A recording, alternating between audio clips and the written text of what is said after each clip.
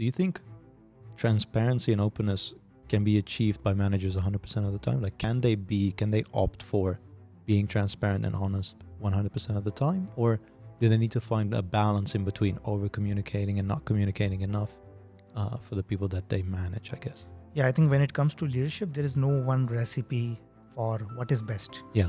Right? Especially when we are talking with people or teams who are all different. Yeah. So first of all, transparency is encouraged as much as possible, especially the new way of leading people. Unless there are legal or compliance reason, you can be as much transparent as possible. But if you can sense that this level of transparency will bring anxiety or will make a conversation difficult, then you have that discretion to not share that.